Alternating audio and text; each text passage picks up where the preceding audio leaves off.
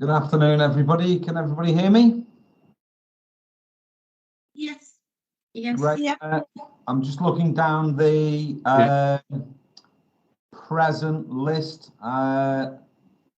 See if we would appear to be correct.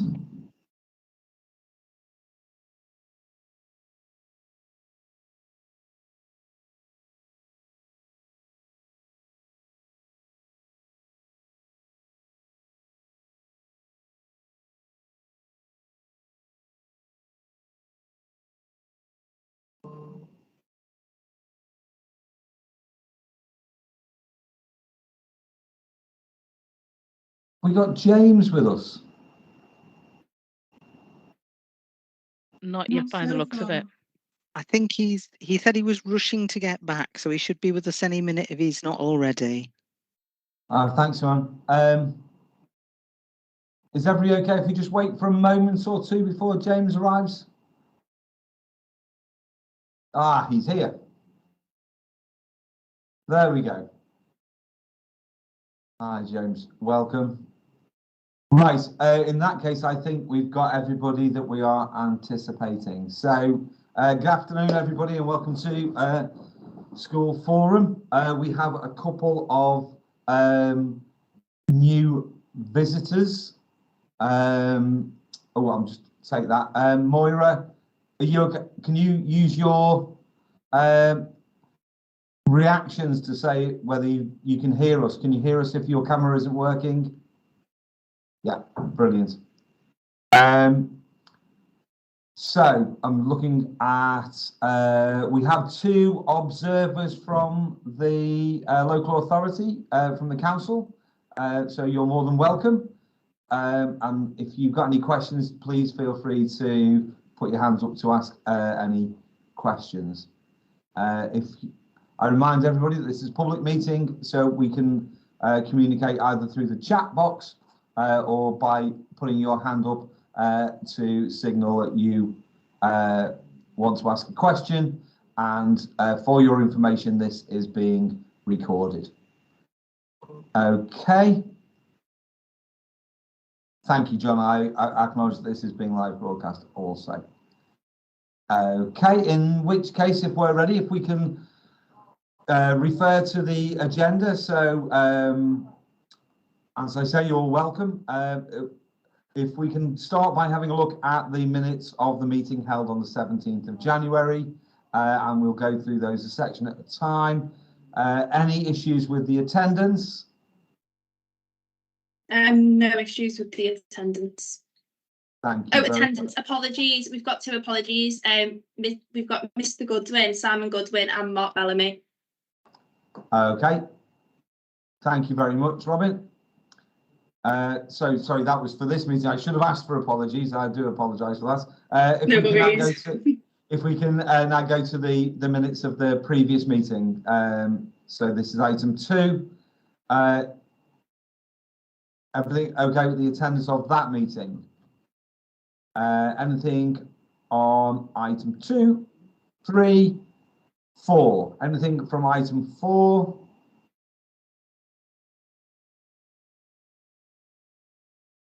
No. Anything on the energy update? I'm presuming that at some stage early next year, we're going to have to revisit the energy update because there's been a significant change in energy costs again. So we probably need to have a look at that. Anything on the school library survey? Oh, James. Yeah, just in relation to energy update, we wouldn't normally have one from the service until January, but if forum members think it prudent, we can ask for an update in September. I'm just conscious that it's quite a volatile market. We've issues with budget setting, it would appear, across the sector. If we get any early indication of what energy is going to do, it might be useful either in the September or the late autumn meeting. Sue? Just a quick note, really. At that meeting, he suggested that we should be estimating 63% for electricity and 103% increase for gas. We have found that the electricity is coming in round about that, but the gas is coming in significantly less than 103%. I haven't worked out an exact percentage, but it's definitely far less than what was originally predicted, and we are adjusting budgets downwards as we're doing budget setting. Yeah, so with changes of this volatility, I think getting an update in an interim update rather than an annual update might be quite useful, because if schools are setting budgets based on that, we're tying up a lot of revenue funding, holding back for bills that may not be there. So I think if we could have an update sometime in the autumn, that would be useful. I'll action that, Chair. Thank you, James. Okay, if we move on to item 6, anything from the school library service? No, that's okay. Schools forum membership is on again today, so we'll come to that if we can then. Anything from the budget forecast, item 8? Delegation, item 9.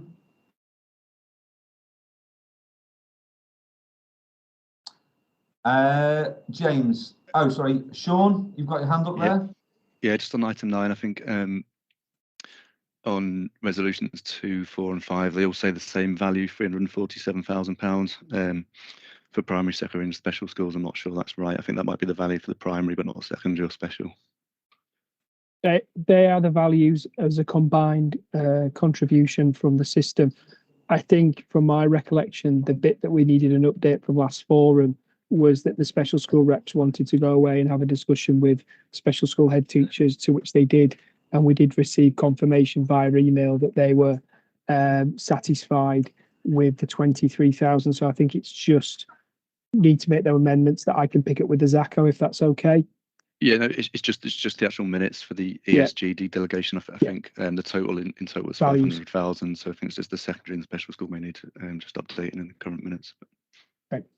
Okay, can we note that and check that for factual accuracy? And just to confirm, as James said, we've received an email from the special schools about the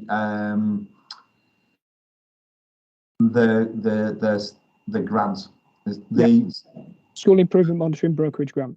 Yeah. Okay. Anything more on that? No. Fab. Okay. If we move on to budget variations, anything on that from anybody? Anything? No. And work plan was noted. Item 12, schools block allocation.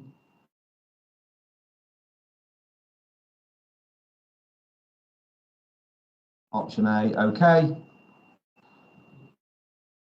Okay, so can we accept that they're a true record? Can I have somebody to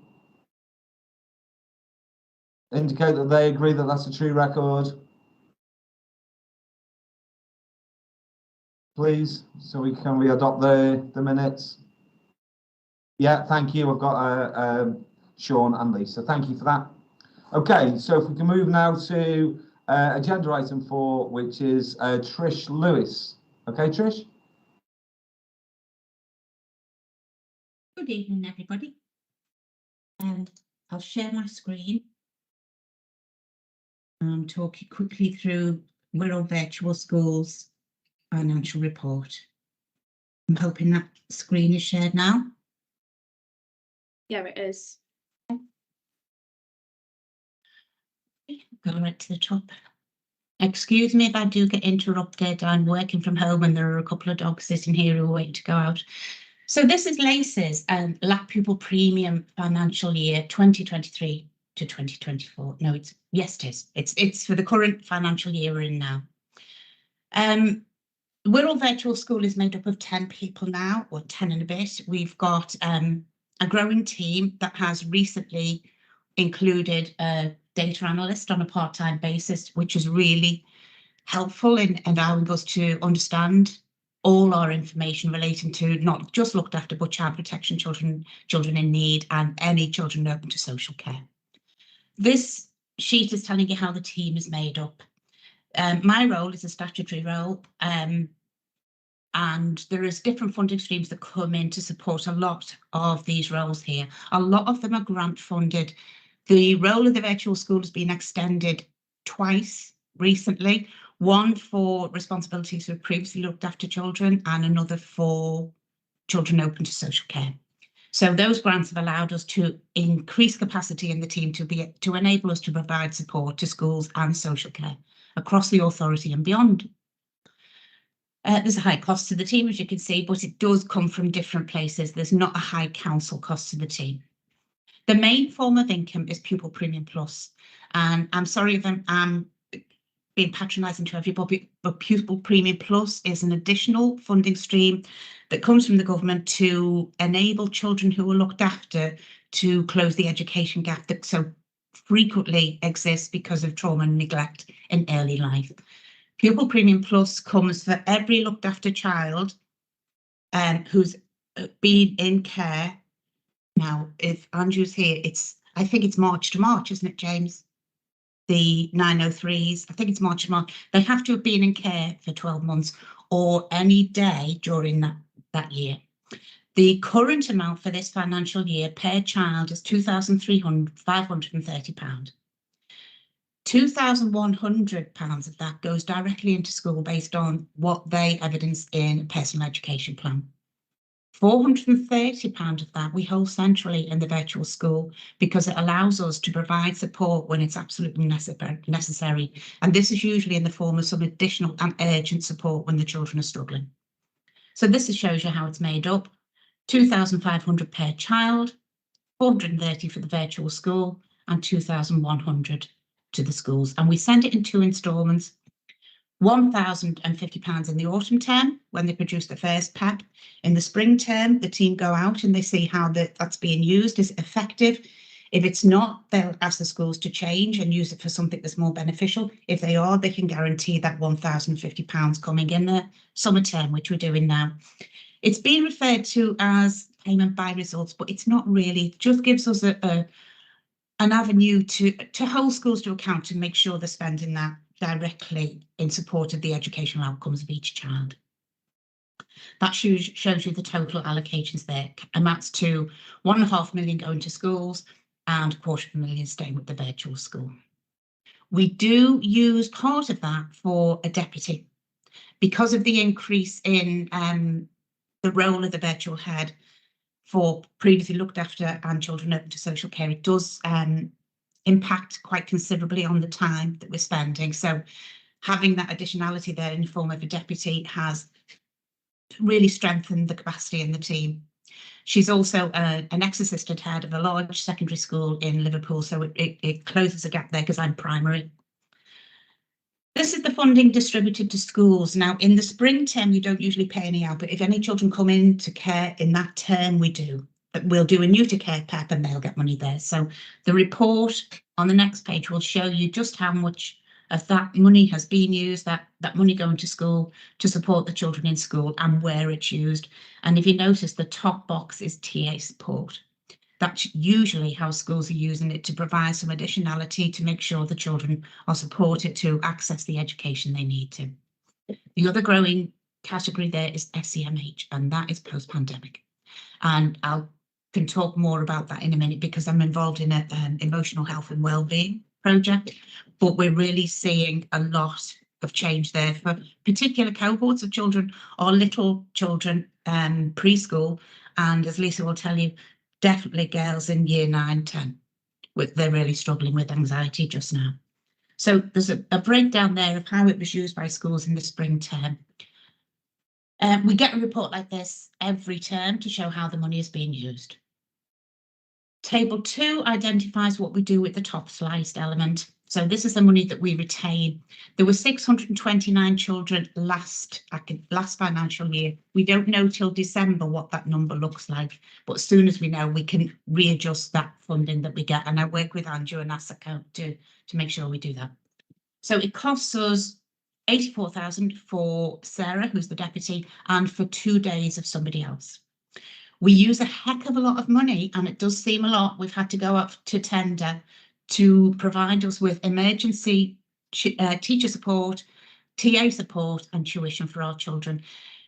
it's what schools desperately need right now. And what we've done is made sure that we're guaranteed having access to that for the next 5 years. So we're going out for a mini competition to make sure we use that wisely. But it costs us around about that much a year in support for schools.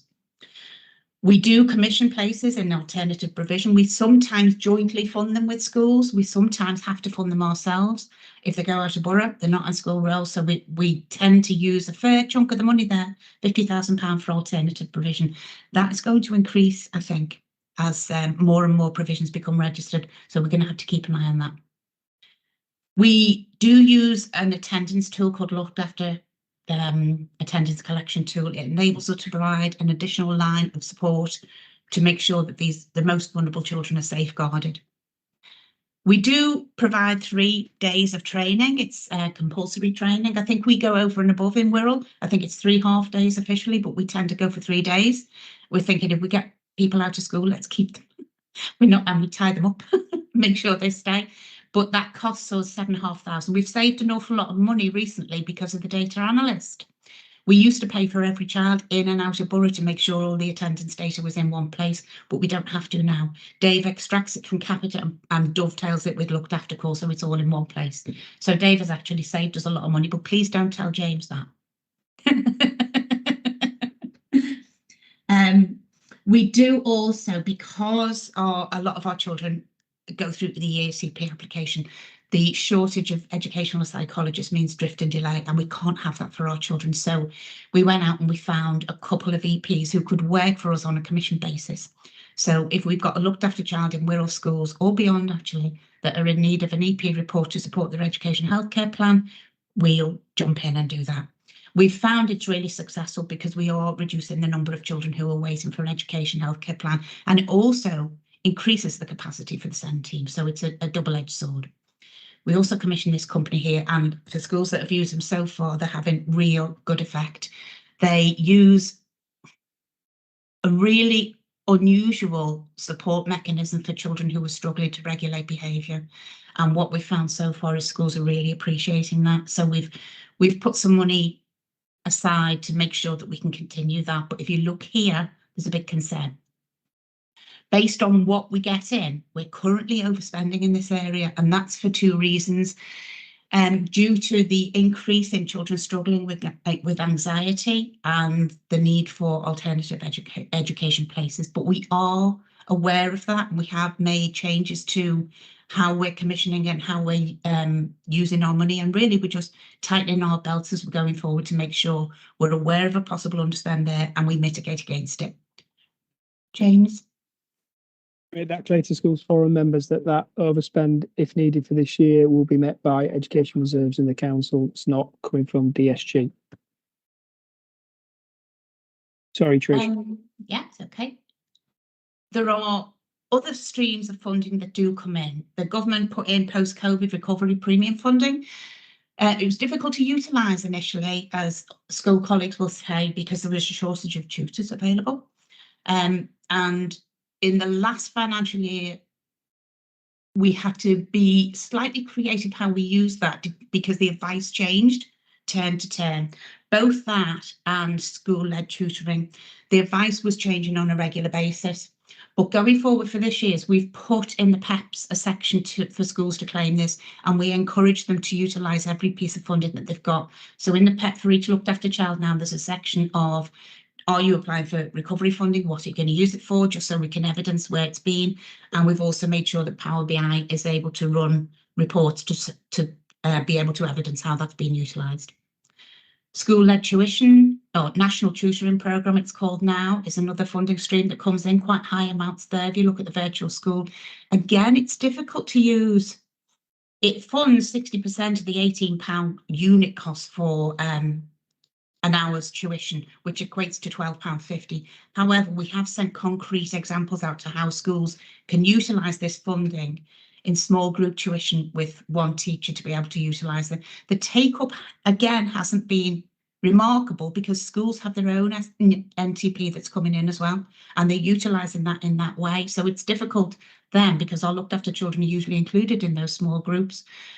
More advice and guidance will come out about NTP during the summer term, and we'll be able to evidence how we've used it, and we have to do an end of academic year statement that we complete during summer term as well. So we have to be really careful and closely monitor how we're using both of those funding streams. We have Section 31 grant funding that comes in, and it's for the additional, the extension to the roles of the virtual schools. The first one is for post-16 education. Most of this went to our main provider this year, Wirral Met, to support with mentors for our looked after children, to make sure those who arrived in year 12 stayed in year 12 and progressed to year 13. I'm meeting with Lorraine Jones next week to see how that's gone and formulate our plan for going forward. That's one stream. The children with a social worker funded stream brings in 100,000 a year. It does fund staff because we need that additional capacity within the staff to release some of us to have that more strategic overview of where we're going. Previously looked after, again, funds a member of staff, and this is for responsibilities for adopted children or those who are on special guardianship order. And it's for advice and guidance only. We're not responsible for the cohort of children, but we do get involved on a child basis. I'm going to a meeting tonight that runs till 9:30. And it's with Adoption in Merseyside, because they tend to get all the virtual heads from Liverpool City region together, and we tend to attend these meetings on a rota basis to just support our adoptive parents that are out there. And that's the end of the report, apart from any questions. Thanks, Trish. I just noticed that the report that you shared on the screen, that there's some slight differences to the one that's in with the agenda and notes. Could you possibly share that full report with the group, because there was additional bits of detail in your report on the screen that weren't with us? Is that okay? Is that the one you've got, James? Yeah, I was going to pick that up as a refinement, Chair. I think there was a slight difference between versions, so I'll make sure that the content in Trish's is transferred over to in the minutes, and you get a version of that. Is that okay, Chair? Yeah, and can we make sure that goes right round to the Will it be shared with full forum membership? Fantastic. James, you have a question? It was just to say, one of the big things that we are trying to support as best as possible around our looked after children is where we may need to meet the needs, where they may need to access alternative provision. And that is sometimes a challenge, Trish, isn't it, on Wirral? And hopefully moving forward, some of the unregistered provision will be registered from September. So we're quite excited about some of the things that are coming on stream to meet the needs of young people that are looked after in the next academic year, that will hopefully take some of the pressure off where sometimes we have challenges in place in young people. Is that okay? Indeed. And is it the intention that if that deficit grows, that the local authority will continue to fund that out of reserves, or are there plans in place to stop that deficit recurring? It'll have to be reviewed annually within the council's budget constraints. Obviously, this is a prediction based on budget for the financial year ahead. As Trish said, sometimes there can be changes through the year, so there could be an overspend. We've said if it does overspend to that amount, we will meet the shortfall, because the imperative is that we support our young people that are looked after. But myself and Trish and finance are going to do further work this year to try and get the virtual school working within its budget envelope. But we felt, given where we are, recovery from COVID, but also around the challenges we face in our school system, around some of the challenges young people need support with, we wanted to make sure that what we needed was in place for this academic year. So we'll move that forward, but there'll be constant refinement, but we will have to try to find a way to get back in with our budget envelope as we move forward. The figures do change, as James said, Adrian, the figures do change because we'll find the predicted number usually changes. It can go up, it can go down. So we do have to keep our eye on that horizon, but we don't always pay Pupil Premium Plus. There may be occasions where a child is out of education for no fault of their own at that point, and despite our best efforts at that point, they might be out of education, so there's nowhere for that to go. So we do work closely to regulate this on a timely basis about where's our spend up to, what do we know our numbers are up to, and we get financial reports every month that show us where things are up to, and Andrew and Asako are readily available to support whenever we ask. Okay, I just had a note on the chat there. So that'll be something can be picked up outside of the meeting. I think that is a conversation. I'll pick that up, Chair, with Councillor Powell-Wild outside of this around the briefing for members in relation to the virtual school. Yeah, excellent. The national picture is that the number of children in care is increasing. Is that true? So is it likely to be that that budget will be under Simone will increased know pressure? better because ours is decreasing, but Simone's there. Oh, Absolutely. The national picture is that the number of children in care is increasing year on year. In fact, the prediction was if we continued at this rate, we would go from around 80,000 to 100,000 in care nationally. Against that background, I have to say that Wirral's number of children in care is actually decreasing slightly over time. And the reason for that is that actually in 2016, 2017, when we had services in Wirral that had failed children for quite some time, we took a lot of additional children into care because they hadn't had the support they needed early enough. And because of that, our numbers of children in care were inflated. Now, our numbers coming in all the time are in line with what we'd expect with the national average.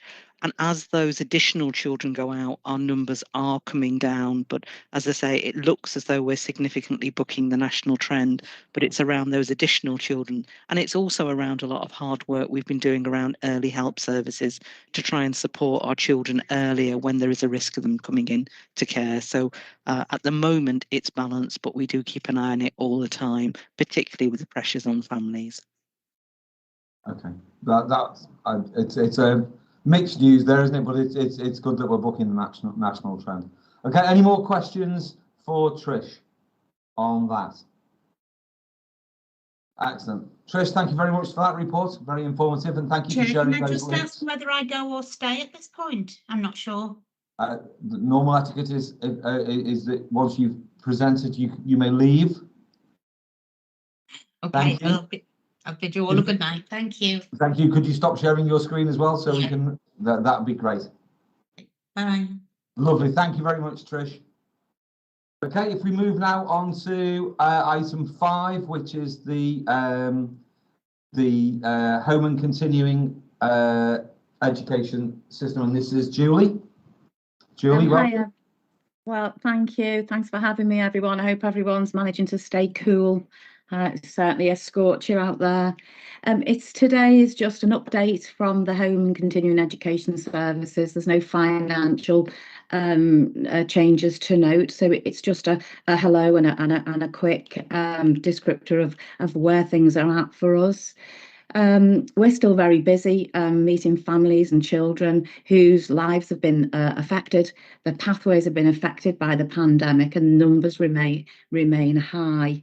The report is in your pack from us. It's just a reminder we're an alternative provision, and we work alongside the other alternative provisions, and we'll be working very hard as we go forward, looking at the new improvement plan for that. The main difference in our alternative provision is that we are for the children whose main barrier to school are their health needs. Predominantly, they remain social, emotional and mental health needs, although we do have some children battling with some physical barriers to coming to school. The children stay on roll at their schools, so that we are an intervention, not a destination, and we work alongside other agencies to try to get the children to get back to school, or if they come to us in the latter couple of years, which they often do, into a good post-16 provision. So that's what we try and do. We're an on-site, a sub-site for Joseph Paxton's exam centre. So we have the pleasure of being in the middle of GCSEs at the moment. Poor children always seem to get the hot weather, don't they? So we've been taking ice lollies round to everybody on their way out of exams today. In terms of background and numbers, we have, it says in the report, we had just under 100 children. Since then, we've taken on 7 and we're just over 100. And that seems to be what we're getting to the last 3 years this time of year. Obviously, in September, the year 11s will leave and we'll go back down to about 80. But that seems to be what the numbers are settling at. In terms of staffing, we've got 18 teachers Not all of them are full-time.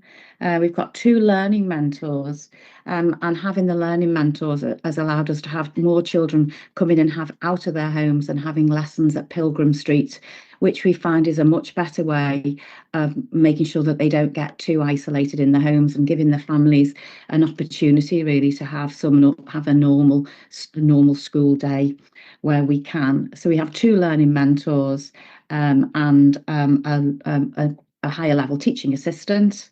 We have a therapy dog and myself. I am the interim head of the service, and I will be interim head until September 2024, when there's a planned amalgamation with Joseph Paxton Centre. I also act as the SENCO because obviously there's an overlap between the children who have SEMH and those who have SEN. In terms of what happens at the base, the children all have an individual timetable, and it can ebb and flow, as it were, as their health needs allow. So should they be buoyant, they'll come in, maybe work alongside other young people, have some opportunities for some social interaction. And then if they become unfortunately poorlier, they can go back and have some of the lessons in the home. And that flexibility is, we find, the most effective in moving things forward, because we can change things as needed. We have about 2/3 of the children coming in at the moment. So of the 100, we do see a lot of them, which is absolutely lovely. They come along often very nervous, very anxious, and we do see them grow in confidence while they're with us. And that's when we start to work with the schools to try to get them back in a small way or in a large way. A lot of the children join us in year 9 and year 10, and then I would echo Trisha's comments there. We are seeing younger children as a direct result of this, these increasing anxieties and this emotionally based school avoidance that is becoming a real challenge for us all. One thing I did want to mention is that 2 years ago, 18 months ago, the Pupil Premium, it was agreed for the Pupil Premium to come over to the service whilst the children are with us. And we've been using that for enrichment activities to give them a social opportunity. So they're not always meeting in groups to do work. So we've taken them on the ferry, we've been to Barnstondale, I think we're going to the beach, we've got barbecues, that type of thing that gives them that opportunity and the confidence to be around other young people that they're going to need to get them back to school. So that Pupil Premium is being used for that, and it's been really effective. I think we have in upwards of about 20 children that dip in and out of the Wednesday afternoon trips. So that's been a real success, and I'm grateful for the schools. Obviously, when the children go back to the schools, the Pupil Premium follows the child. That's the background. In terms of eligibility, we rely on our health partners. So at the point where there's panel, when the referral comes in, we ask for a health partner to support the school's referral and to stay with that child, so that we can make sure that we have a holistic approach to their hopeful recovery. Changes of venue, we have changed venue a couple of times. We're at Pilgrim Street at the moment, and that's been really good in terms of giving us an opportunity to work with other youth teams. And hopefully when we move forward, we'll take all those links to other teams with us. It's also been great for the families of the children, because the children are happy and confident using the Pilgrim site, and often that'll move into them staying at night for some art or whatever groups are on there. So that's been a real success. We're hoping to move to on-site to co-locate with Joseph Paxton, either over the summer or certainly in the autumn term, September or October. So that's something really exciting to look forward to. The current numbers I've touched on before, but in terms of a small breakdown, I don't want to go into too much detail, but I had just glanced down before, we've got 101 children, and we've got a child from every secondary school on the Wirral, including all of the selective schools. So we do, really reach out there. We've got 3 primary age pupils, which is unusual but not unheard of. Maybe a couple more in the pipeline. In terms of breakdown, 34 girls and the rest boys, so slightly more skewed to the boys. And then we've got 4 non-binary pupils. We also take children from the special schools. At the moment, we've got 3 or 4 children who are coming to us from special schools. Obviously, we try not to do all of this on our own. It's so important to treat this as from a holistic view. And we've got some work going on with Web Merseyside, where they're helping us with a group of youngsters trying to build their confidence and their resilience so that they're ready to go back to their schools, which is the ultimate aim. We also send children to Who's for Healing, which has seen some fantastic results. So that's great, making a real big difference. We have no changes to eligibility criteria. It's just that we are flexible with the health partner advice that we get, because we appreciate we're appreciative of the long waiting lists for some of our health colleagues. So we try and take a very pragmatic and child-led and bespoke approach. I also help schools with the graduated response to make it meeting the needs of children with social and emotional needs. It's often very difficult to schools to reach out and change an environment for a child who won't enter that environment. And we appreciate that's difficult, and I spend a lot of time working with schools to get that right. In terms of the budget, the council budget is relatively low. It's 450, and we're managing to bring that in with the supplementary charges from schools, which is working out fine at the moment. Given that I'm the Senko, obviously that puts quite a bit of pressure on the budget if that part isn't right, because like Trish says, a lot of our children are in the wait to have their statutory assessment completed. The 2 learning mentors, as I say, have been invaluable in terms of keeping the children safe and well and happy so that they can learn whilst we're at Pilgrim Street. And then just finally to say that, working alongside other alternative provisions to make sure that we get this right for the children who are sometimes the very most vulnerable. And that's it from me, I think, unless anyone's got any questions. Do we have any questions for Julie? The last line of the report, it talks about any views in relation to an increase, but I didn't see any increase in. No, that's fine. It's fine. Is that okay? And I think we need to express our thanks for all the work you do, Julie, with our most vulnerable students. So thank you very much for that. Is there how's the move going? Is anything getting in the way of that move? James? Oh, James. So obviously, as Julie has shared, our plan is that they will move into the Joseph Paxton campus within the next term. Obviously, from a construction perspective, assets perspective, there's a piece of work to do around some adaptations to meet the needs of those young people. We also currently have the schools library service, which will be moving out of that building.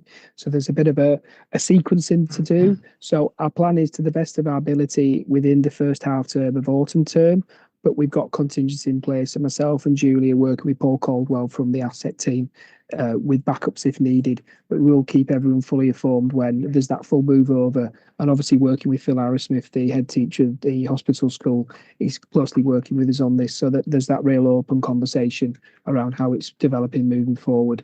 I suppose the wood reassurance I would give to Julie is this will be the last move. This is the third move in 3 years, so we're hoping this will be the final one. Is that the last move of the year, or the last move in total? Me and Julie can't take any more moves, Chair. And do we have a destination for where the library service is going? We don't get an update from them till the autumn. So yeah. Where will they be based?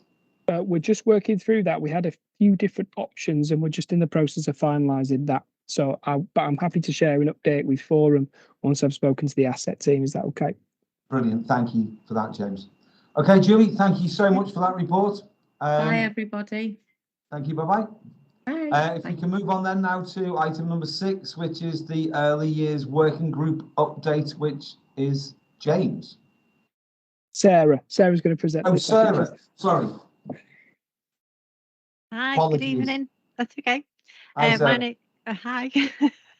My name is Sarah Harper. I'm the Interim Operations Manager for Early Years. Thank you for taking the time to read the Early Years report. Despite being very long, this is only an overview of the support offered to children and families on their journey to statutory school attendance. The report only takes into account social service, council services, health services and early years and childcare providers. However, it is recognised that there are plenty of other professionals involved within the early years system. The report is split into age bands to share the support available to families, particularly from children's centres and health services throughout the critical 1001 days and beyond. It then goes on to detail entitlements available and the support offered. In particular, I'd like to draw the meeting's attention to highlight the new entitlements announced by the Chancellor in March of this year. The entitlements will be changing from April 2024, which will see 2-year-olds with working parents eligible for 15 hours. Then in September 2024, wraparound support for school will begin, and 9-month-old with working parents will be eligible for 15 hours. From September 2025, all children from 9 months with working families will be eligible for 30 hours, and from September 2026, all schools will be expected to offer wraparound childcare. We're still currently awaiting guidance from the DfE as to how this will be delivered. We have had an FAQ, which hasn't really answered many of our questions, unfortunately. We are currently completing a scrutiny of sufficiency in preparation for those new entitlements. That's a very brief overview of the report, so I'll take any questions. Okay, we have Chris Cook. Hello there. Yes, thanks very much there. Yes, interesting report. Now it's 0.8.4, I believe. That's right. A very short paragraph there. The last thing you mentioned there, I think it's from September 2025, working parents of children under the age of 5 will be entitled to 30 hours free childcare per week. Get that so far. Whilst many working parents will have always planned to have their children attend childcare, this new offer may mean an increase in demand, which I understand, which could lead to a widening of the attainment gap. So my request really is to make that explicit. What's the link between the increase in demand and the widening of the attainment gap? I've got my own theories and I've got my own political views on this whole thing, what might happen in 2 years' time, no, 2.5 years' time, really. Mm-hmm. But, you know, what's the sort of thinking behind this widening of the attainment gap, really? I think potentially what we've seen is the current 3 and 4-year-olds 30 hours schools are anecdotally saying that has widened the gap. And there was a report by Pensby School, I think, which highlighted that. I think there will be families who previously may not have been eligible for this entitlement will decide to go back to work or increase their hours or to take up the offer. But there will be families who won't be in a position to be able, or don't feel they're in a position to be able to do that. And so potentially we'll see that gap between families. James? Just to add into addition there, I think one of the key things around this piece of work, Councillor Cook, is making sure as many families and parents and carers are aware of their eligibility to be able to take provision, that they can access it. And I think there's a big piece of work. And as Sarah said, we're doing a rapid review around sufficiency in the summer term into the autumn term. But then there's a big piece of work for us to do as a local area around identifying those families, initially when the 2-year-old offer comes in, but eventually the 9-month-old offer around parents where both work or single parent where they work more than 16 hours will be eligible. But I think it's one of the challenges and one of the articulations is that the additional 15 hours for 3 and 4-year-olds is available to working parents, whereas it's not available to non-working parents, so they can only access 15 hours. So I think that's the part where you could have that widen the attainment gap. So that's that bit. The other thing I would also touch on, Simon, have I covered that appropriately? I think I've. She put a hand down. Yeah, she put a hand down. I was going to bring her in just then because I assumed she was going to say something along those lines as well. The other thing that I will just articulate for forum members, and I'm glad Sarah has touched on this in so much detail, is it's really important that we're aware of the sufficiency challenge we could have, because we could have significant numbers of young people that wouldn't normally have accessed free childcare provision. And I've already spoken to some head teachers. Catherine's on the call from Ganny's Meadow Maintained Nursery School. We know that we may have those parents that are eligible that weren't before that want to access that. So there is a challenge from a sufficiency perspective. The other thing I would share with forum members is one of the things that will happen over the next 2 years is the current size of the early years block is 21 million. Based on the eligibility criteria we think that will be used, and we are awaiting further DfE guidance, I will caveat that. If it's based on the additional 15 hours eligibility of 3 and 4 year olds, if that was then scoped back from 9 months old all the way through for 30 hours, approximately myself and Azako believe the early years block will swell to £40 million for Wirral. Caveat that's an approximate calculation, and obviously we need the detail, but we think it will be in that magnitude of area. So we will see a significant increase in the early years block. And we also can't underestimate the expectation from 2026 of the full wraparound offer for childcare from schools for children that need to access it for working parents. And again, we still don't have the detail around what age profile that would cover. So there's in this space quite a lot of unknowns that we are trying to do sufficiency work on, but it is an area that I think Forum needs to be aware of for the next 12 months. There will be significant work and probably more regular reporting in relation to this specific space. And again, really open engagement with the PVI sector alongside the school sector, because it will be a full system approach to make sure we can meet the needs of young people. I would comment that previous conversations at Forum in this area have highlighted concerns about recruitment into the area. We had a somewhat extended debate about differential pay in different parts of the sector and how that presents its own problems with recruitments for various parts of the sector. This isn't the first time we've said there isn't enough detail coming out of the centre for us to make informed decisions, but these are significant challenges, and what we do know is that all Forum members will agree that early intervention is a huge help in stopping the gap between advantage and disadvantage impacting later in life. So any help that we can give or any structure we can put in around those early years where intervention is crucial, we need to. But we do need to push the government to give us some detail, because while it may be something we want to happen, with the current funding and levels of funding, I don't think it will be deliverable. And I think that's come through from members of the Forum in previous conversations. I think I've got that right. Is that right, Sarah?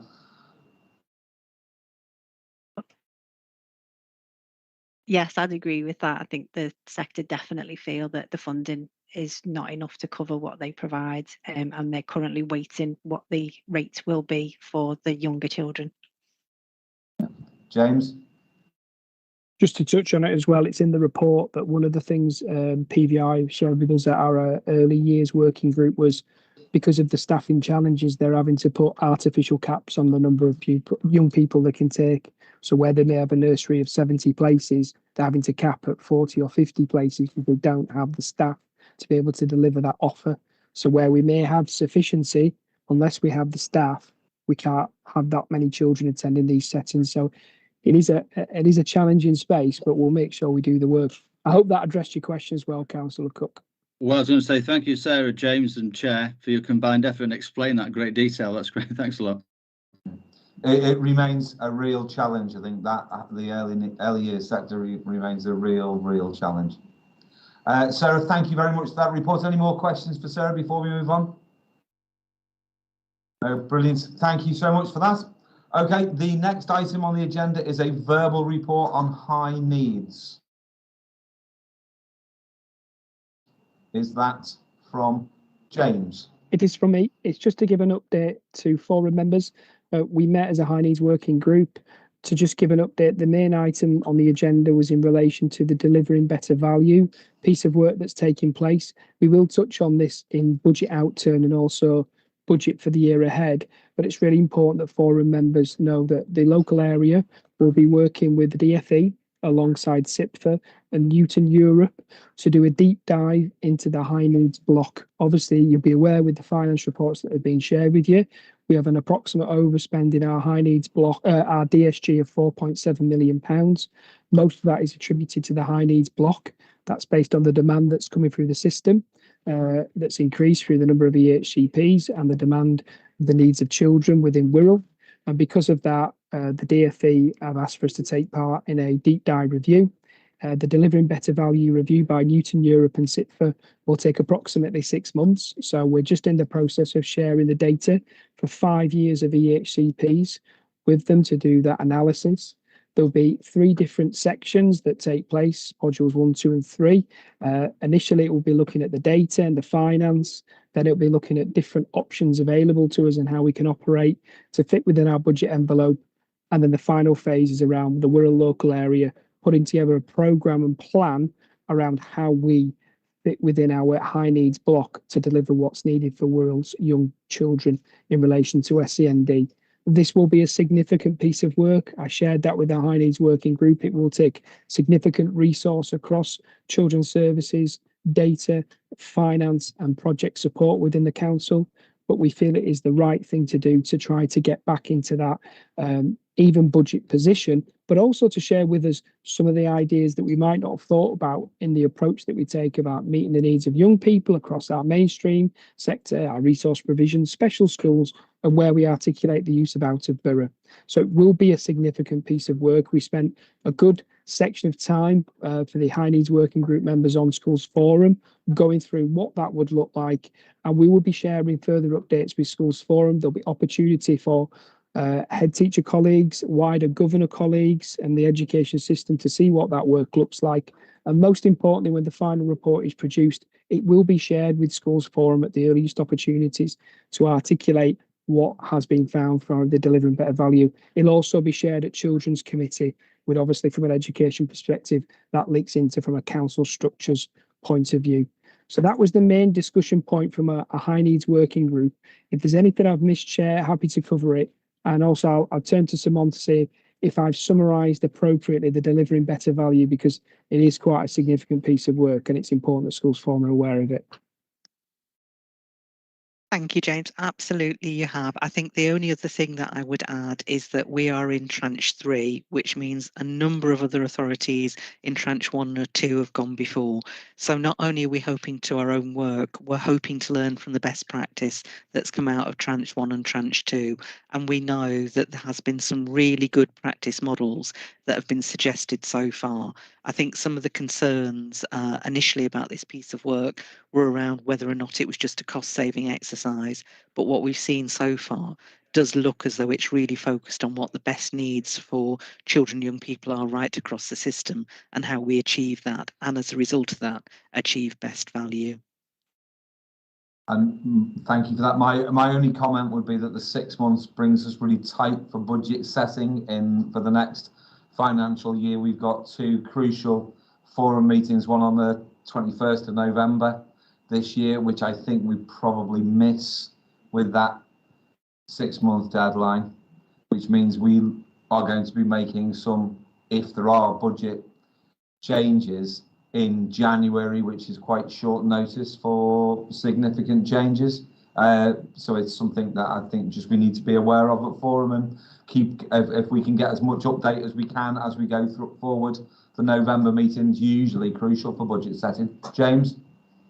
I think one of the opportunities that I discussed this with the high needs working group, Simon, is that through this process, obviously there's an ask of LA officers to be involved in this, but we really would want a crucial group of head teachers across the system and governors to be part of that Delivering Better Value, where there may be just a working group that we can give those regular updates. Now, some of them could be forum members, so there's that natural link. So as soon as we get an idea of where the key themes may be, and I think we'll know them in November, Simon, hopefully, that will then be able to link in with budget setting in November. So the offer is there, and if colleagues would like, and I know some of the high needs working group were quite keen to be involved in that, but if anyone else would like to be involved in that piece of work, we'll try to keep the expectation of time to a minimum, but I think having professionals in the room from the education sector will only but help. And that is not limited to forum members, is it? That is No, it's open.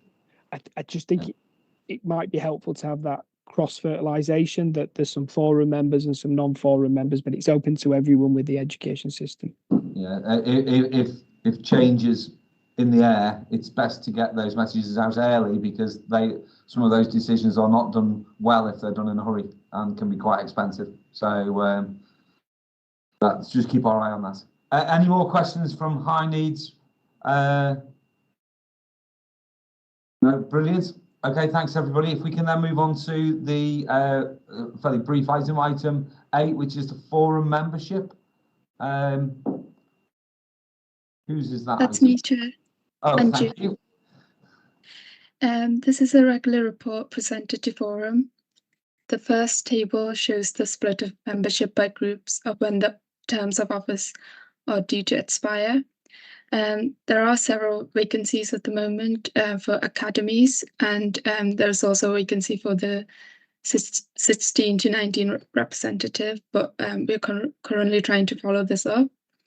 There are also several terms of office coming to an end, but these members will be contacted, and processes will be put into place to fill these places.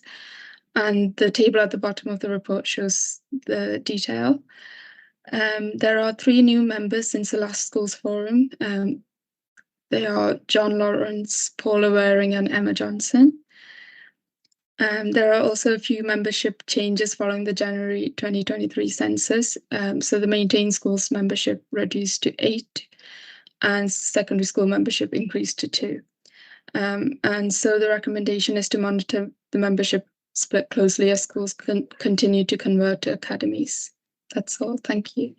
Thank you, Angie. Also, a point from me on membership is that there is currently no vice chair, and I think we probably need a vice chair.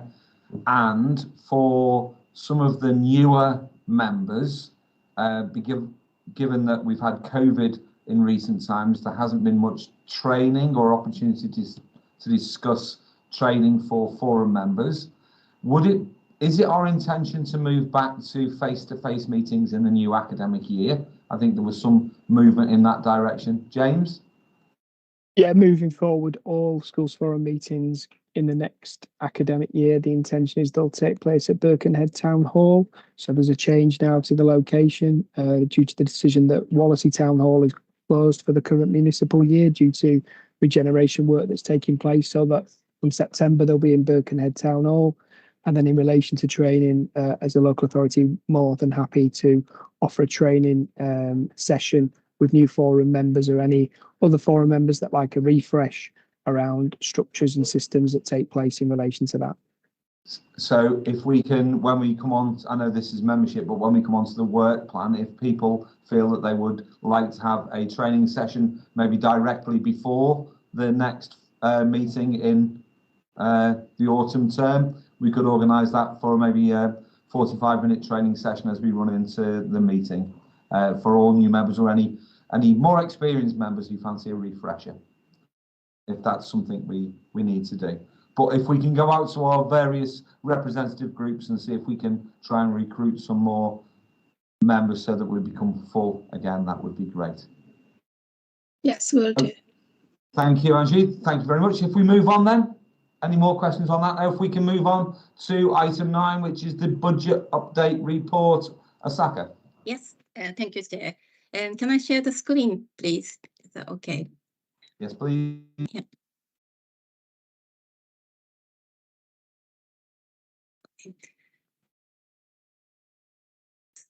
Is that okay? This is a report to update 2024 budget since it was reported to the forum in January 23. And the school budget for 23-24 has been agreed at the Policy and Resources Committee meeting and by Council in February 23. As reported in January 23-24 budget reflect an in-year deficit of 213,286 to be added to the high need deficit. And I need to apologize, it's section 2.2 here, as the figure quoted was incorrect. It's is showing 3,072,000, but this one is an in-year deficit of 20 to 23. Actual figure, accumulative figure is 4,763,000, and together with 230,000 in-year deficit of 23-24, it's going to be 4.97 million, not the 3.3 million. So I will amend the report and adjust the agenda pack accordingly. And budget change since January meeting, it's primary and secondary budget are adjusted based on the actual individual schools funding allocation. And 127 million has been reduced and for the academic recruitment. And the delegation budget has set up as agreed in January meeting, and the falling road and growth fund has been identified, which is this year only £70,674. And early years allocation is split between individual school budget and central schools cost. And PFI holder gap is adjusted to match the council budget, which is funded by the council budget, not the delegate school grant. Further detail is next page 35 in appendix, and it is recommended the school forum note this report. And then any questions, please? Thank you, Asako. So are we right? Are we putting it in the minutes that this is an errata in the report, so that the budget figures in 2.2 should read 4.76 or thereabouts million? So this figure 3.072, this one is incorrect, so I will adjust it to 4 million range. Okay, brilliant. Okay. Okay, any more questions for Asaka on the budget report? No?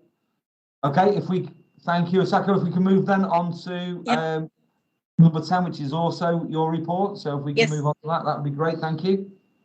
Yes, and agenda item 10, school budget Outturn 2022-23. And this is a report to outline the year-end position for 22-23 school budget. And please note, the account are provisional and subject to audit. Overall, the school budget has overspent by 3,073,000, and together with the brought forward deficit balance, total deficit balance to be carried forward to 23-24 is 4,763,000. Asako, is it possible for you to use your little plus arrow to expand those numbers? I've had a request to make those figures slightly bigger on the screen. Could you magnify your image slightly? Is that better? One more, maybe. That's great. Hopefully that will help. Okay, thank you. Yeah. Right, and I go one by one at the block base, and school block showing 623K underspend. This is due to the in-year academic conversion of 3 schools, and DSG income has been reduced by the corresponding amount. So it's not true underspend. It is. And school, the delegated budget is 74K underspend, which is 13K from the specific contingency, 43K from the maternity and paternity staff cost, and 20K from the insurances. Maternity and paternity rate has been increased for 20-23 budget, reflecting the continuing pressure. However, demand is slightly lower than anticipated. Central school service block is a small overspend of 3,000. Overall high need block overspend is £3,140,753. Pressure from the demand increase for education, health, and care plan ESGP is resulting 931,000. Special education need and top-up budget is overspent by 379,000. And demand for the contingency budget exceeded by 402K. And also independent special school budget is overspent by 1,638,000. 200,000, which the more detail is in the page, 41 and 42 in more details and breakdown of where is that deficit come from. And go back to the main page. Right. And early is on this table showing 800,000 overspend, which is a little bit misleading. And this means only the activity level in the financial year was higher than we budgeted. Earliest funding is based on actual census data, and the budget does not reflect actual grant income. So it's more make it context. Here is the comparison between expected grant income and actual spend. And its actual expected outturn is 276K underspend. And this variance is indicative because earliest grant is not confirmed yet until July. Usually it's a final allocation will be announced in July. It's 276,000 underspend, including 41,922 and underspend of ring-fenced disability access fund. And this fund cumulative surplus is 163,000 for end of 2023. It's which is included in the deficit of DSG reserve. And also demand for the support for early years has continued, and the inclusive practice fund is overspent by 54K. And this is after 225,000 expenditure was met by the budget funded by the high need block budget. And so this is early years and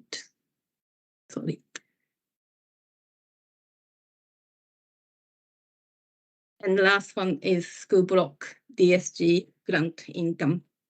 As I mentioned previously, it's totally 462,910 more than budgeted, which is based on academic conversion recoupment, which is matched with the school's block underspend.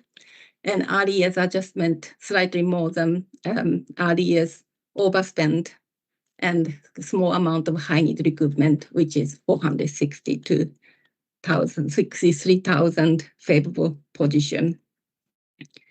So this is the outturn of 2020-23 of school budget, and then recommended the forum to note the report and financial position of the budget for 2023.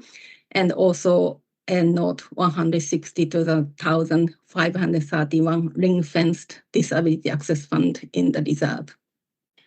Thank you. Thank you, Asako. I think we can all see that there's an issue with the high needs. I'll come to you in a second, Chris. The high needs and the out of borough, the independent, are significant factors in that.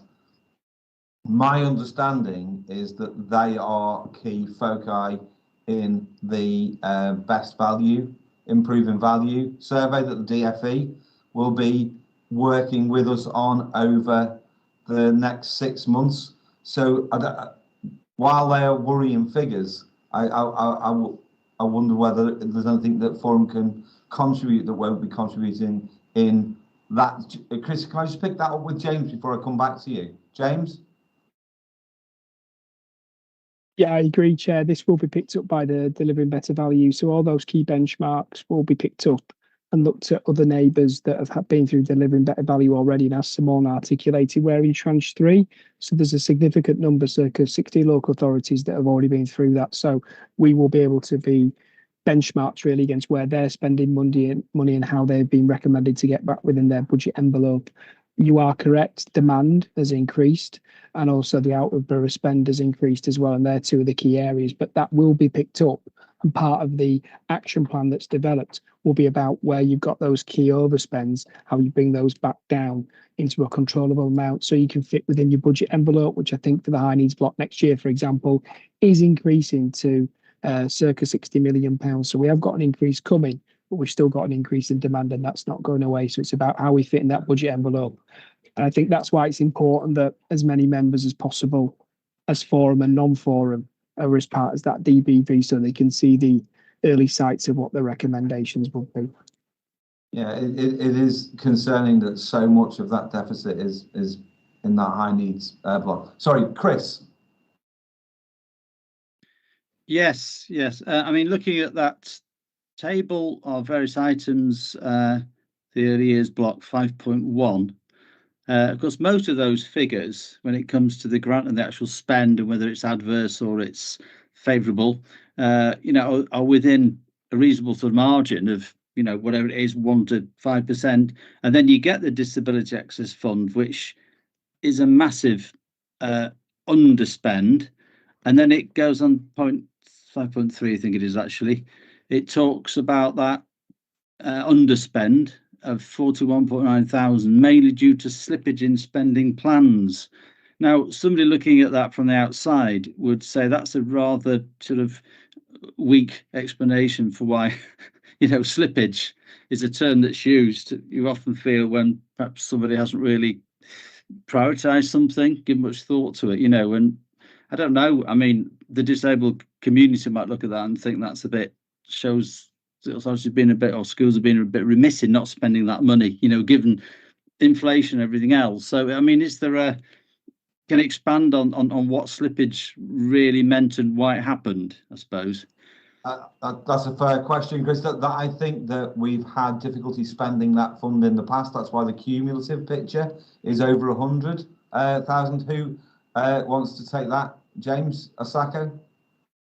I think Sarah might be able to explain better than me, but this is based on the providers and to apply for the fund to use. Is that correct, Sarah?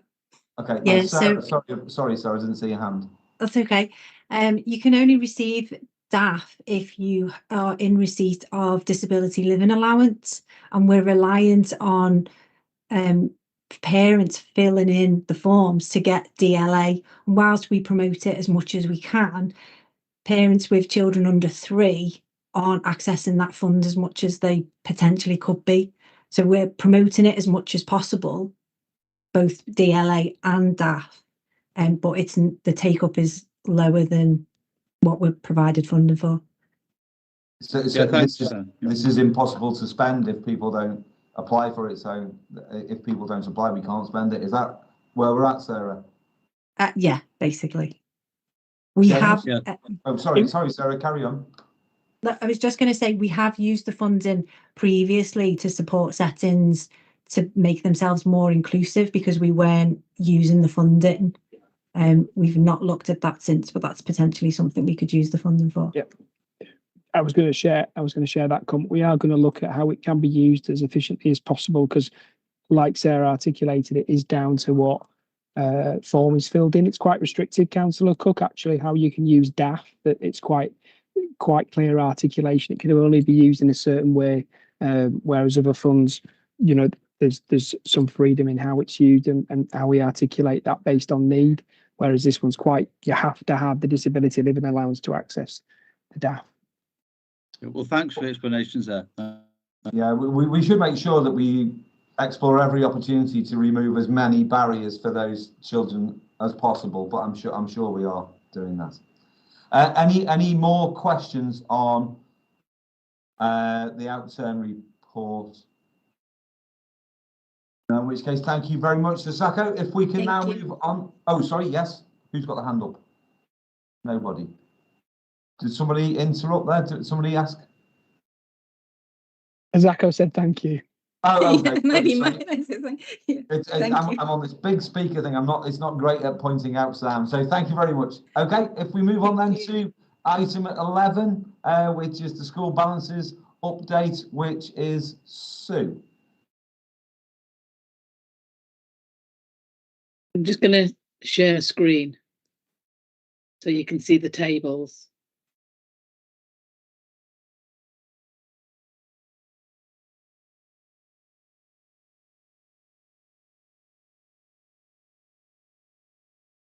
Is anything happening? Can anyone? Not. I can see a cursor moving on a black screen, Sue.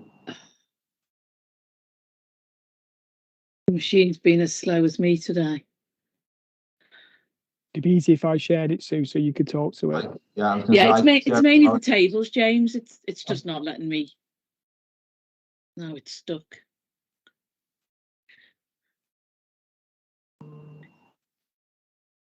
Please let me know when you can see it.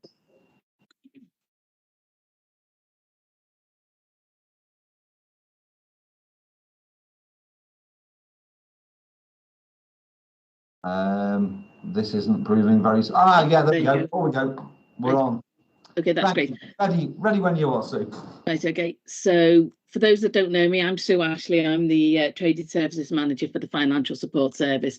And this is a regular report advising the Schools Forum of the overall balances as at the 31st of March 2023 and actions required for schools with the deficit budget.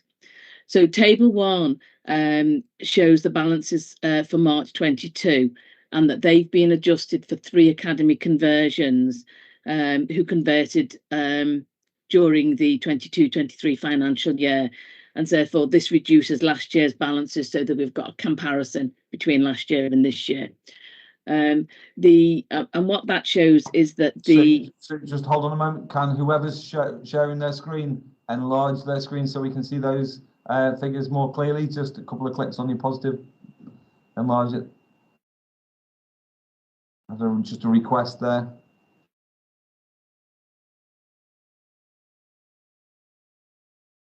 One more. That's perfect. Thank you. Sorry to interrupt, sir. Right. Do we need to go back or are we okay? I think we're okay if you just carry on there, Sue. Okay.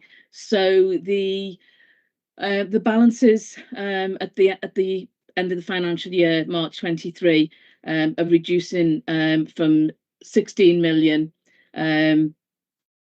down to 13.5 million, so effectively a reduction of 2.5 million over the financial year. 16 schools have ended the year in a deficit position, with the overall value being of those deficits being 2.8 million. 7 of those 7 primary schools have moved into a deficit during the financial year, with 4 remaining in deficit from 21-22. However, there were 2 primary schools and 1 secondary school that were in deficit at the 21-22 financial year that by the end of March 23 were actually back in credit through working through licence deficits and through the budgeting plans. Period 9, I'm not sure what page we're on now. A period 9, so I think we move down to the back, to the monitoring. A period 9 indications where the balances would continue to drop in future years based on the projections at period 9. In March 23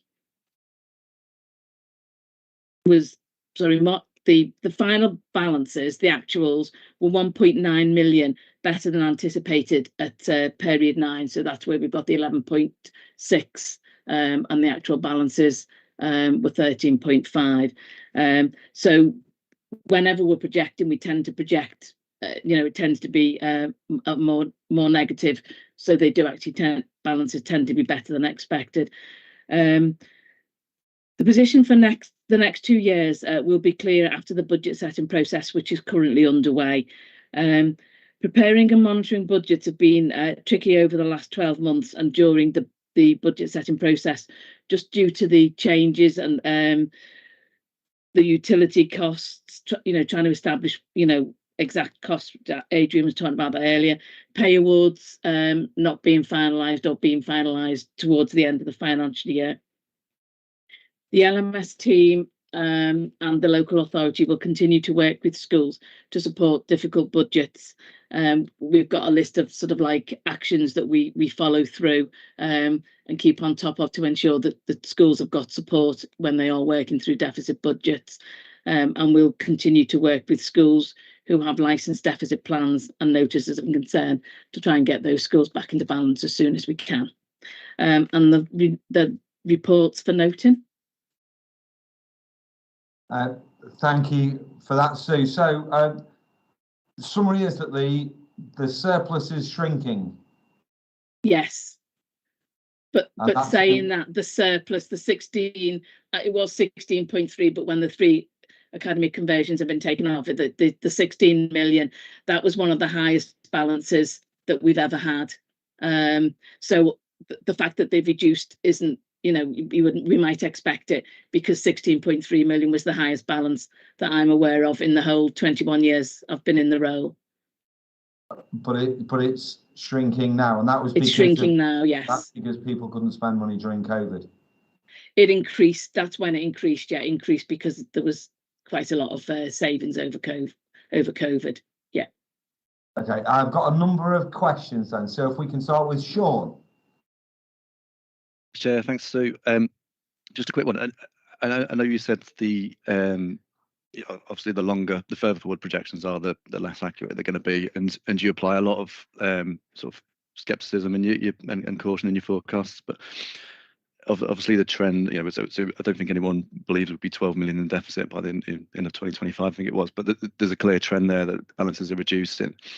I'm just wondering if where James was speaking before about the review into the high needs and the adding better value review, is there anything similar for school budgets in, you know, either at an LA level or a cost group level or an individual school level, any sort of support that could be provided for schools? I know your team, Sue, obviously providing an invaluable service to schools, but I'm wondering if there's any sort of additional reviews that could kind of tap into other schools and other areas where best practice could be leaned on. One of the areas that there's sort of quite a lot of information on the DFE website that needs to be reviewed and looked at and shared with the schools, and there are options with it from the DFE where there can be additional support around processes called SRMA. Yeah, got the right one on that. Yeah. So there are other things that can be done other than within the local authority. Yes.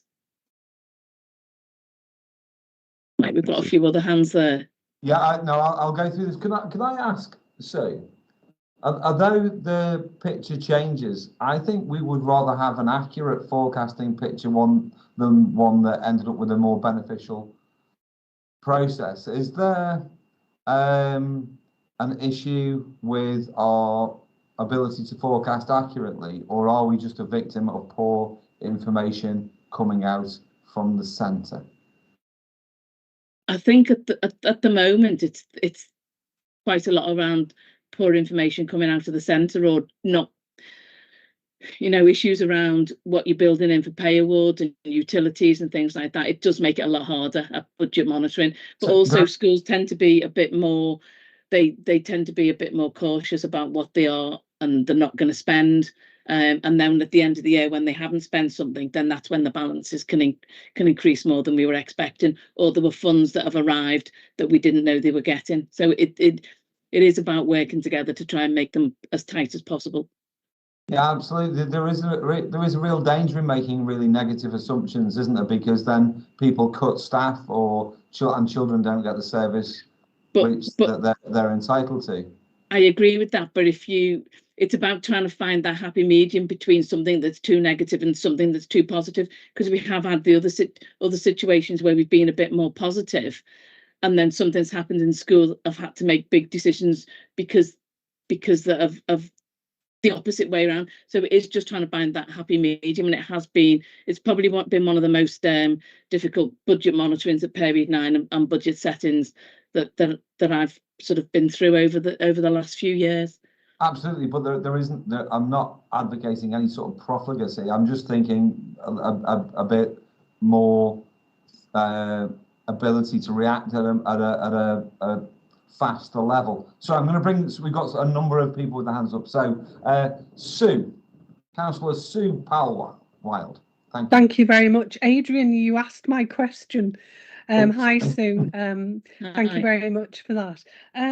Yeah, you totally answered my question, asked the question and answered it there. Thank you, Sue. It is about accurate data and it is about schools managing the budgets. But clearly we were in a position last year where there were significant increases in utilities, cost of living, and it must have been very difficult for the schools. We're now in a position where that's falling quite drastically, and I would expect to see something within the schools, within their budget reviews, on looking at that on a constant rolling basis, where they're looking at reducing those costs significantly, which is obviously going to have an impact, particularly around fuel and transport and heating, lighting, and even food to some degree. And that's all I had to say on that. Thank you very much.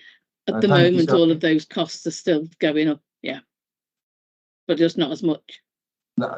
Actually, some of those costs are coming down. It's the ability for schools to react in a timely way rather than at the end of a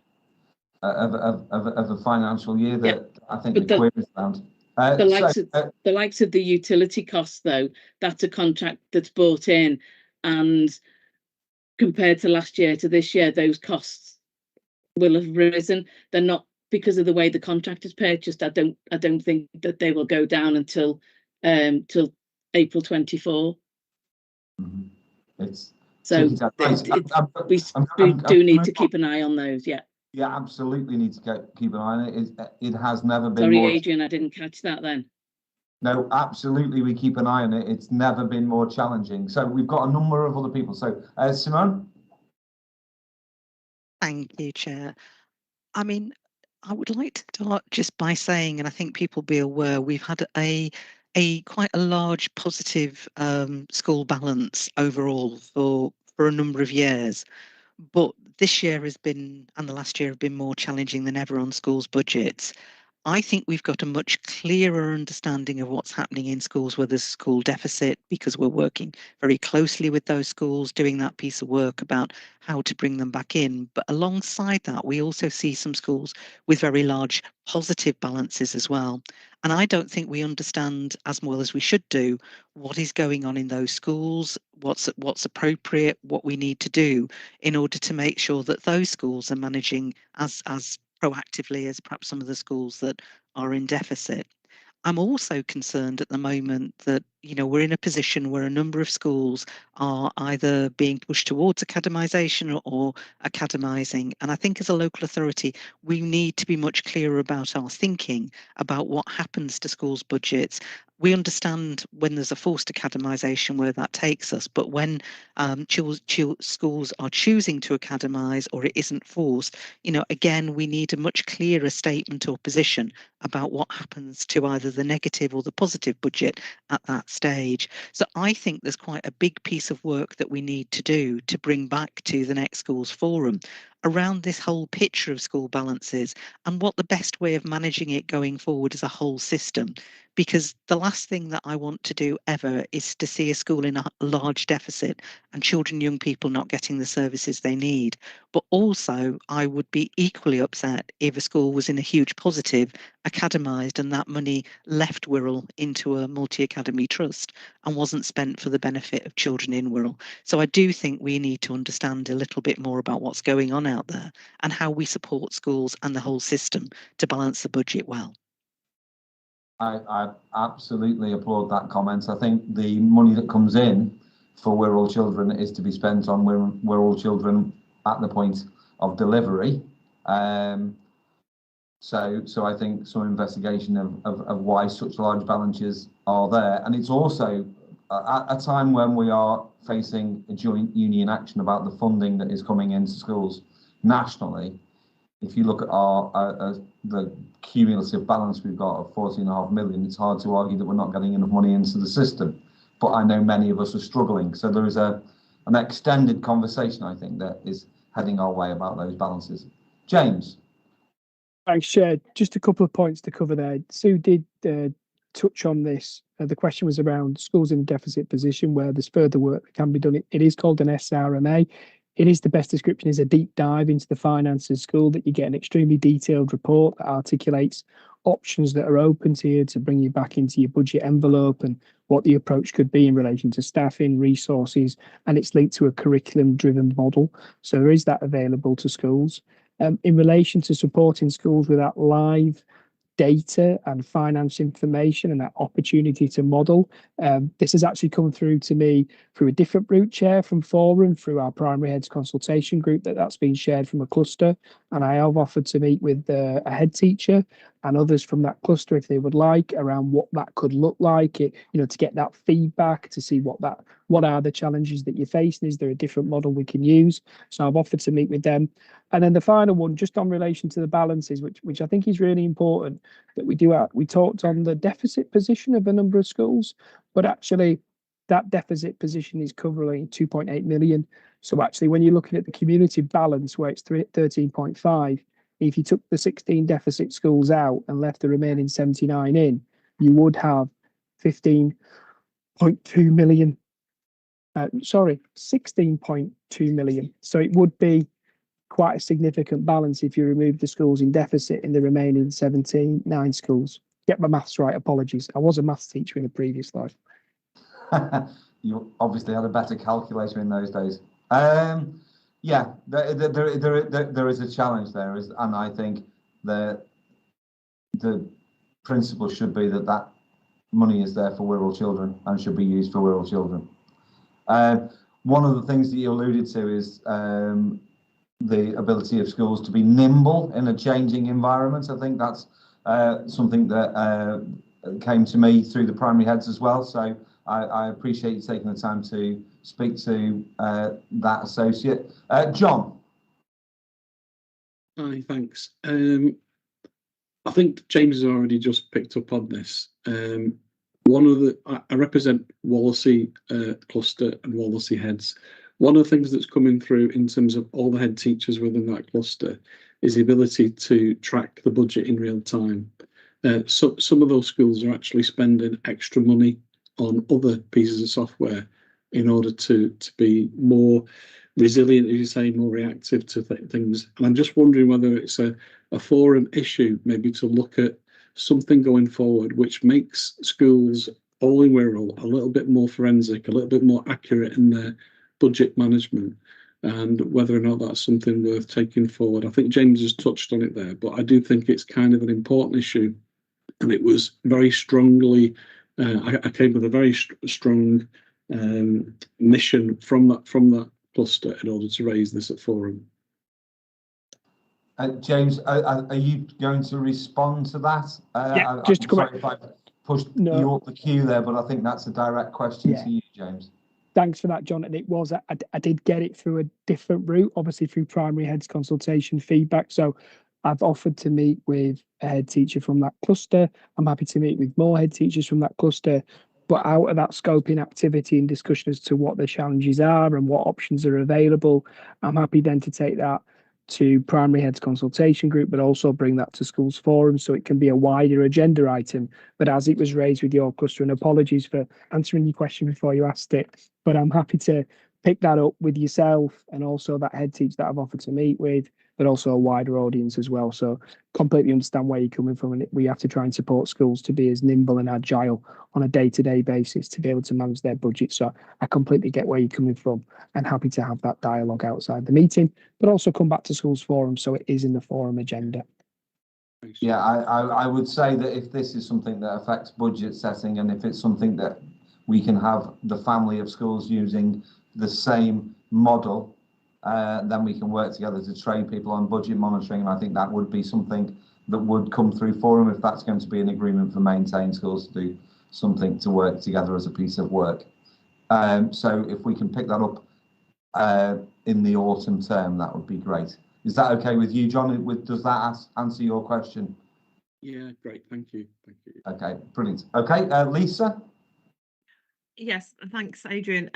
2 points really. Speaking as an academy representative and an academy head teacher, for us, one of the biggest challenges around our budget setting is what assumptions we're using in actually setting that 3-year budget that we're required to set for the ESFA each year. Forgive me if I should know this, but in terms of the local authority school or maintained schools budget setting, is there a published set of assumptions that are used? Because clearly one of the most contentious issues for us at the moment in our budget forecasting is around teachers' pay award and what that looks like, and whether or not any of that will be funded. So how is that done at local authority level? Because that has a huge impact on what that forecast looks like. So we do get a set of assumptions. However, there are a couple of different models in maintained schools, because some schools are cash managed and some are not. Sue, do you want to answer that? So I provide information to schools as a traded service. So I provide it to the schools who purchase our service. So we would make assumptions, but I must admit it's something I've been thinking about more about, whether we need to be putting something together. I know that we budget at different times, but that we possibly do need to put something together that we look at for the whole of Wirral, and this has come about because I've been talking to academy trusts, that are taking on schools currently, and sort of like there's been discussions around what they're building and what we're building in. So I think it's possibly some scope to put more in place that sort of supports everybody, not just me providing it as a traded service to the schools that buy into my service. Thank you. So, Lisa, how can we move that forward with some pace? I think what we really need to do is use similar assumptions for the whole of Wirral schools, don't we? Otherwise, we're in danger of setting budgets based on different parameters, and there is a danger in that. So it has been quite difficult this year, Adrian, because some of our assumptions have changed as we've been going through the budget setting process, because certain things have changed. So, but I think it's something that we need to sort of work through and have something as a working document. But can we get some pace into how we're going to get the mechanism of that, even if we don't know the details yet? Can we have a group that work together on that to get representatives from academy groups and the local authority together to get something resolved before we go into budget setting next year? So budget setting next year is between November and January. And I know it's different for academies, but that is a crucial time because that's when school budgets are decided from the centre.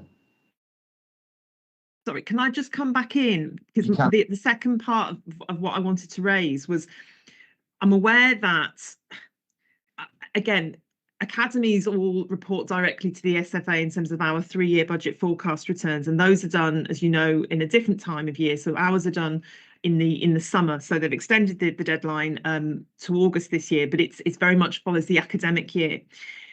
There is a concern around what's reported. Now, obviously, the aim is always to set a balanced budget.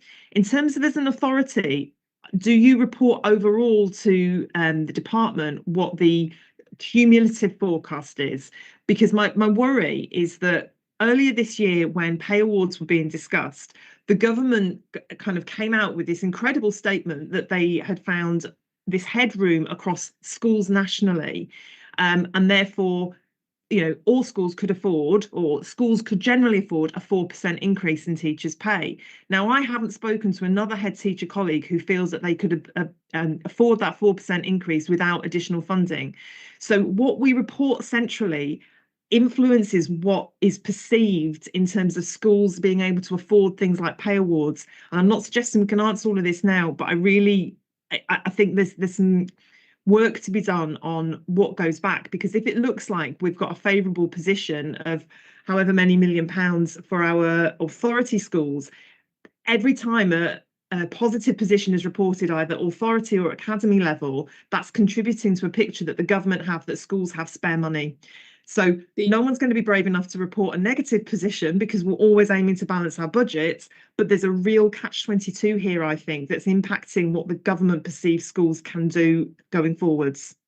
The main information that the department, the DFE receive for the maintained schools is the consistent financial reporting data, which is based on actual data. So at the end of the year, the end of the financial year, that data is transferred into the data that we have for all of the maintained schools is transferred onto the consistent financial reporting data, and that is then fed into the benchmarking website. And I'm assuming that's, I'm not aware that the DFE get the information from anywhere else. So it's based on the actuals of the year. However, it does take a fair amount of time because we do consistent financial reporting in July, and then it probably doesn't go on the website, onto the DFE website, till about October, November. So they're always working with data that's behind as well. You're referring to the argument about the last point where we have a set of balances that are reporting that shows there are £16 million in reserves in school balances, Lisa. Exactly the same argument, which is why there is a piece of work around that. It's a difficult argument to stand up against, isn't it, when we're saying we can't afford these things and there are £16 million in the bank. Right, sorry, Chris Cook. Right, yeah, I waited a little while before putting my hand up because I thought some of the questions I had in my mind would be answered by successive speakers, and they were, but probably more questions occurred to me in the process of listening to them, so I'll try and keep it as brief as I can. But yeah, so my first question was answered by James, who did a bit of maths. So the 13.5 million overall balance is after you've deducted the 2.8 million deficit. Okay. So I'm a language teacher, but I did do a bit of maths on supply. So I did a quick calculation. So I added 97 primary schools to 30 secondary, got 127, divided that into the 13 point something million and got an average, including the schools in deficit, of £107,000 or £108,000. So that's an average balance credit, isn't it? Okay. So I suppose when you talk about supporting schools in deficit to look into why they're in that deficit position, I'm thinking, hang on, where does that money come from?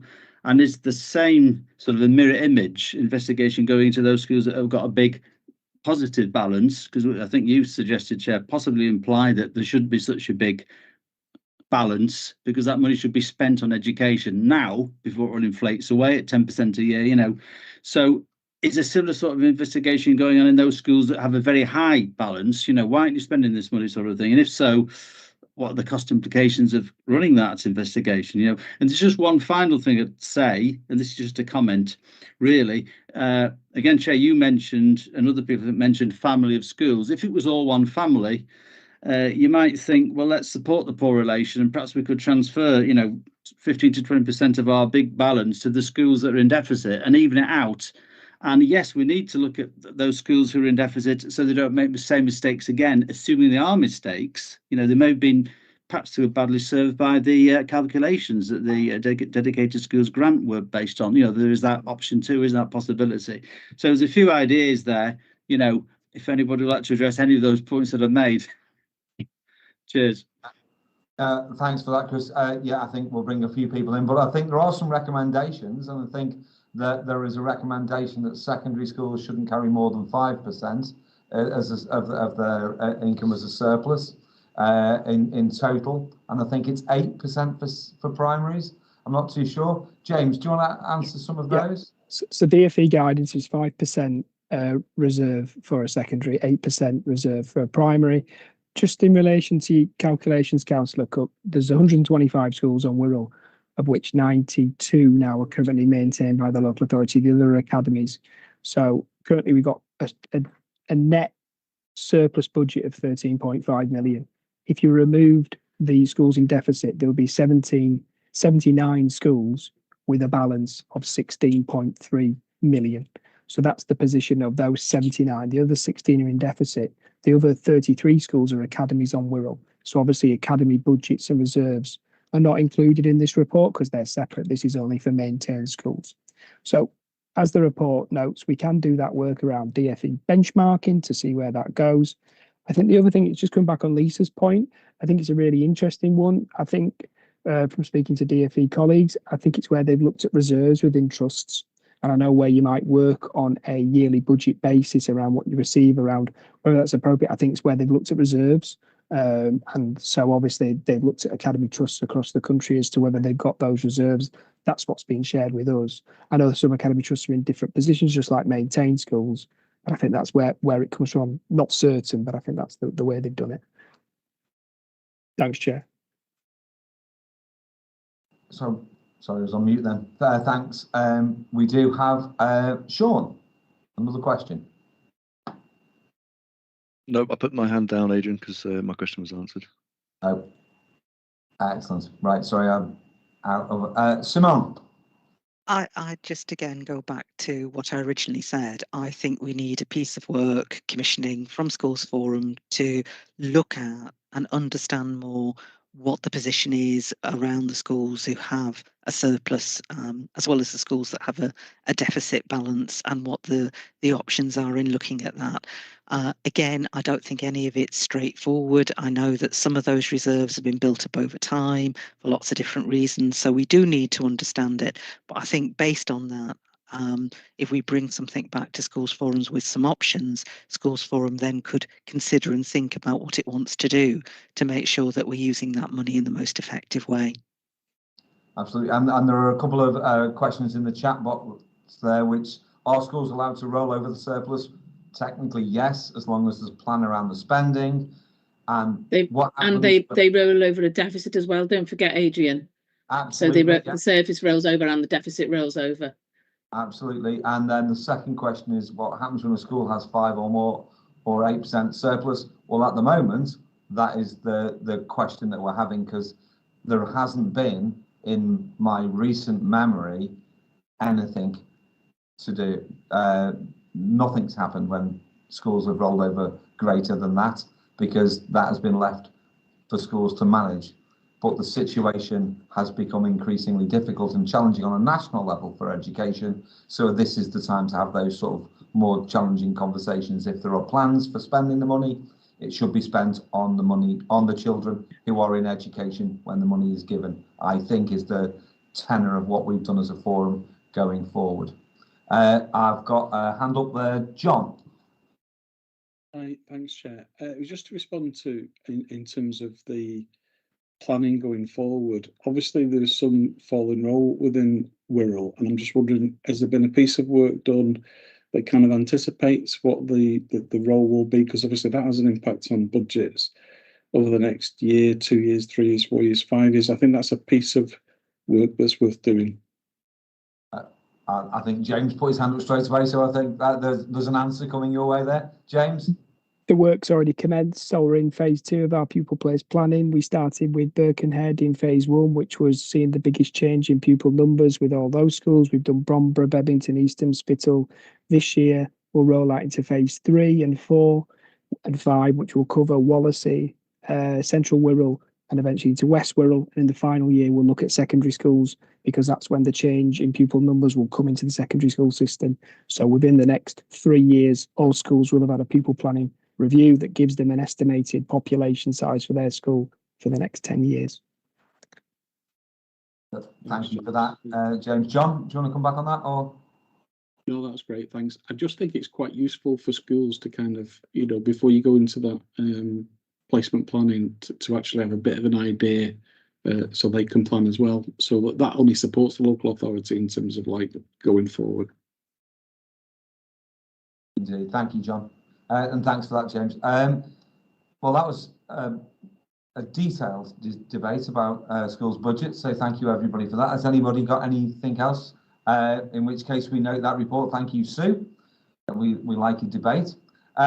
We move on to the final item on the agenda, which is work plan. So we've already mentioned. Oh, yes, is the answer to that one, Chris. The work plan is now that we meet next on Tuesday, the 26th of September. I take it from what we said before that is going to be at Birkenhead Town Hall with a start date of 5 o'clock. Is that correct? Or are we trying to hope for a 4? We always put it back to get to an external venue. Does anybody feel strongly that they can't do the 5 o'clock? 4 o'clock, I think, is challenging for colleagues in schools. Okay, does anybody feel that that would be a good time to maybe do a 4:30 to start some conversation about training for forum reps or for new reps? Or do we want to move that to the Tuesday, the 21st of November meeting? In which case, could we provisionally book into the town hall at 4:30 for a 5 o'clock start, and we can talk about training for forum members? Is that okay? And on the notes that were sent out, can I just point out that Tuesday, the 16th of January is actually in 2024, as are all those subsequent dates. We don't roll back into the previous calendar year. So if those can be noted, that would be excellent. Any comments on that? In which case, we've come to the end of the meeting. I don't think we had any other business. I was not made aware of any other business. We are 9 minutes ahead of schedule, how unusual. Oh, sorry, I've got a note there in the chat box. Sorry, what was that?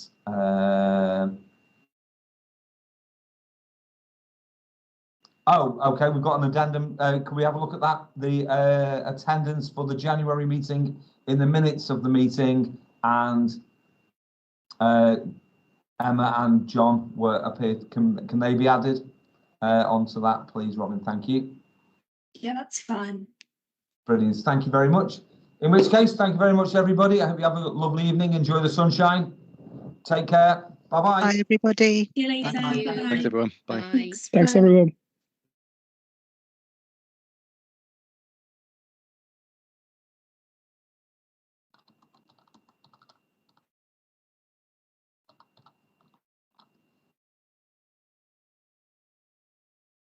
There we go, James. Good meeting.